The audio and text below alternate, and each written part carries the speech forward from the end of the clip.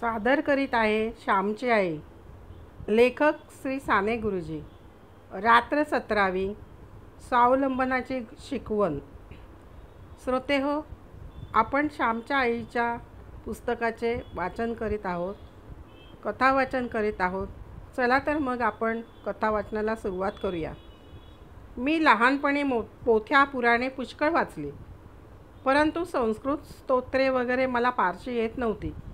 प्रणम्य शिरसा देवम, अनंत वासुकी शेषम, अच्युतम केशवम, विष्णू अशी 2-4 लहान लहान स्तोत्रे येत होती. अनंत वासुकीम हे नागाचे स्तोत्र आहे.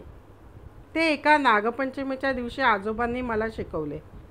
परंतु रामरक्षा हे अप्रतिम स्तोत्र मला काही येत नव्हते. विष्णू सहस्त्रनाम मी रोज वडिलांच्या पुस्तकावरून म्हणत असे, त्यामुळे तेही मला पाठ होऊन गेले होते. वडिलांना रामरक्षा येत होती, परंतु त्यांनी ती मला शिकविली नाही. रामरक्षेचे पुस्तकही आमच्याकडे नव्हते. मी लहानपणी रामाचा भक्त असल्यामुळे रामरक्षा आपल्याला येऊ नये याचे मला खूप वाईट वाटायचे. आमच्या शेजारी गोविंद भटजी परांजपे राहत होते.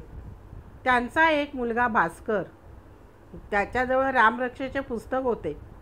तो रोज 1-2 श्लोक पाठ करीत होता. संध्याकाळ झाली म्हणजे भास्कर आमच्याकडे येऊन ते श्लोक म्हणे. ते ऐकून मला लाज वाटे व भास्करचा राग येई. आपला अहंकार दुखावला गेला की आपणास राग येतो. आपण नेहमी आपल्याभोवती असणाऱ्यांची स्वतःबरोबर तुलना करीत असतो. या तुलनेत आपण जर हिणकस ठरलो तर आपणाला राग येणं साहजिकच आहे. उंच मनुष्य पाहून जो खुजा बुट्टबैंगन असतो त्याला त्याचा तिरस्कार वाटतो. आपल्याहून हुशार मुलगा पाहून आपल्याला आपण दुःखी होतो. भास्करला रामरक्षा येते याचे मला वैषम्य वाटे आणि तो मुद्दामच पर्वतच्या स्तोत्र वगैरे म्हणण्याच्या वेळेस आमच्याकडे येऊन ते श्लोक जरा ऐटीने म्हणे. त्यामुळे मला जास्त चिड येई. हा आपणास मुद्दाम चिडवण्यास येतो असे पाहून मी फार संतापे. एके दिवशी भास्कर मला म्हणाला, श्याम, आता 10 श्लोक राहिलेत माझे. आणखी 5-6 दिवसांनी माझी सारी रामरक्षा पाठ होईल. तुला कुठे येते? मी एकदम संतापलो व चिरडीस गेलो. मी त्याच्या खांद्यावर धावून गेलो. ओरडलो, भाषा, पुन्हा येशील तर बघ असे हिनवायला. तुम्हास येते हे माहीत आहे आम्हाला. एवढी आईट नको. तुमच्याजवळ पुस्तक आहे म्हणून माझ्याजवळ असते तर तुझ्या आधी पाठ केली असती मी. मोठा आला आहे मला पाठ करणारा सांगायला. जा, आपल्या घरी जा, येऊ नको आमच्याकडे. मी मारीन नाही तर. आमची शब्दाशब्दी व बाचाबाची ऐकून आई बाहेर आली. तिने भास्करला विचारले, काय रे झाले भास्कर, श्यामने तुला का मारले? भास्कर म्हणाला, श्यामची आई, मी नुसते म्हटले की आणखी 5-6 दिवसांनी सारी रामरक्षा माझी पाठ होईल. तर तो एकदम चिडून माझ्या अंगावर धावून आला व म्हणे, तुला मारीन नाही तर चालता हो. आई माझ्याकडे वळून म्हणाली, होय रे श्याम, असे आपल्या शेजारच्यांना म्हणावे का? तूच 4दा त्यांच्याकडे जाशील. मी रागातच म्हटले, तो मला मुद्दाम हिणवायला येतो. तुला कुठे माहिती आहे रामरक्षा? तुला कुठे येते रामरक्षा? असे मला हिणवीत तो म्हणाला. विचार त्याला, त्याने असे म्हटले की नाही ते. जसा अगदी साळसूत, स्वतःचे काही सांगत नाही, खोटारडा कुठला. आई म्हणाली, मला रामरक्षा येते व तुला येत नाही असे त्याने म्हटले. यात्रे काय त्याने चिडवले? खरे ते त्याने सांगितले. आपला कमीपणा दाखविला म्हणून रागवावे कशाला? तो कमीपणा दूर करावा. तू सुद्धा रामरक्षा शिकावी असे भास्करला वाटते, म्हणून तो तुला चिडवतो. राम विजय हरी विजय पुन्हा पुन्हा वाचतोस, पण रामरक्षा का नाही वाटत तू वाचत?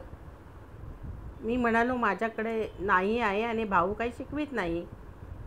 माझ्याकडे पुस्तक नाही. आई म्हणाली, भास्करचे पुस्तक आहे ना, ते त्याला नको असेल तेव्हा तू घेत जा, नाहीतर त्याच्या पुस्तकावरून ते उतरून घे आणि पाठ कर.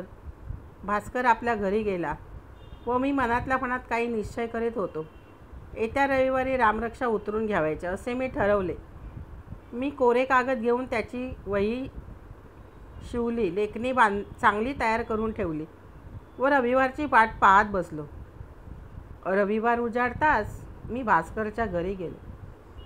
भास्कर कदाचित पुस्तक देणार नाही म्हणून एकदम भास्करच्या आईजवळच गेला व तिला गोड शब्दात म्हटलं, भीमाताई, भास्करला रामरक्षाचे पुस्तक आजच्या दिवस मला द्यायला सांगता का? मी रामरक्षा उतरून घेणार आहे. मला पाठ करायचे आहे. आज सुट्टी आहे ना, मी संबंध दिवसभर लिहून काढीन. भीमाताईला भास्करला हाक मारली व त्या म्हणाल्या, भास्कर, श्याम एवढा मागतो आहे तर आजच्या दिवस दे रे त्याला पुस्तक. तो काही फाडणार बिडणार नाही. श्याम, शाईचे डाग वगैरे पाडू नको हो, नीट जपून वापर. दे रे त्याला. परंतु भास्कर देण्यास तयार नव्हता. तो म्हणाला, आज सुट्टी असल्यामुळे उरलेली सारी रामरक्षा मी पाठ करणार आहे. मी नाही त्याला देणार पुस्तक. माझे पाठ करावायचे राहील ना. भीमाताई भास्करवर रागावल्या. तुझे अगदी आजच अडले आहे काय? नाही का रे, उद्या परवा पाठ कर ना. तुझ्या शेजारचा श्याम ना, त्याच्याजवळ कसली अडी दाखवतोस? दे त्याला, नाहीतर बघ. भीमाताईचा राग भास्करला माहीत होता. भास्करने रागारागाने ते पुस्तक मला आणून दिले. मी ते पुस्तक घरी घेऊन गेलो व लिहावयास एकांत मिळावा म्हणून गुरांच्या गोट्यात जाऊन बसलो. गुरे चरावयास गेली होती. दौत लेखणी वगैरे वही सारे सामान सिद्ध होते. रामरक्षा लिहावयास सुरुवात केली. दुपारच्या जेवणाच्या वेळेपर्यंत बहुतेक रामरक्षा लिहून झाली. दुपारचे जेवणे होताच पुन्हा लिहावयास बसलो. लिहिणे संपले त्यावेळेस मला किती आनंद झाला होता. केवढी कृतार्थता वाटत होती. माझ्या हाताने लिहून काढलेली रामरक्षा. माझ्या आईच्या माहेरी जुन्या वेदिकांच्या हस्तलिखित पोथ्या कितीतरी होत्या. ठळक वळणदार अक्षर, कोठे डाग नाही, अशा त्या पोथ्या मी पाहिल्या होत्या. पूर्वी हिंदुस्थानात सर्वत्र हातानेच पोथ्या पुस्तके लिहून घेत असत. सर्व जगात तीच पद्धत होती व ज्याचे अक्षर मोत्यासारखे सुंदर त्याला मान मिळत असे. मोरोपंताच्या चरित्रात काशीतील कितीतरी हस्तलिखित ग्रंथ त्यांनी स्वतः लिहून घेतले, ते दिले आहेत. त्या काळात आळस माहीत नव्हता, छापखाने नव्हते, पुस्तकांची टंचाई. काशीहून पुस्तके मोरोपंत बारामतीच बोलावून घेत व त्यांचे हस्तलिखित करून घेऊन पुन्हा काळजीपूर्वक परत पाठवी. समर्थांच्या मठातून ग्रंथालये असत व हजार हजार हस्तलिखितांच्या पोथ्या ठेवलेल्या असत. आज छापखाने गल्लोगल्ली आहेत, पुस्तकांचा सुकाळ आहे. तरीही ज्ञान बेताबेताचेच आहे.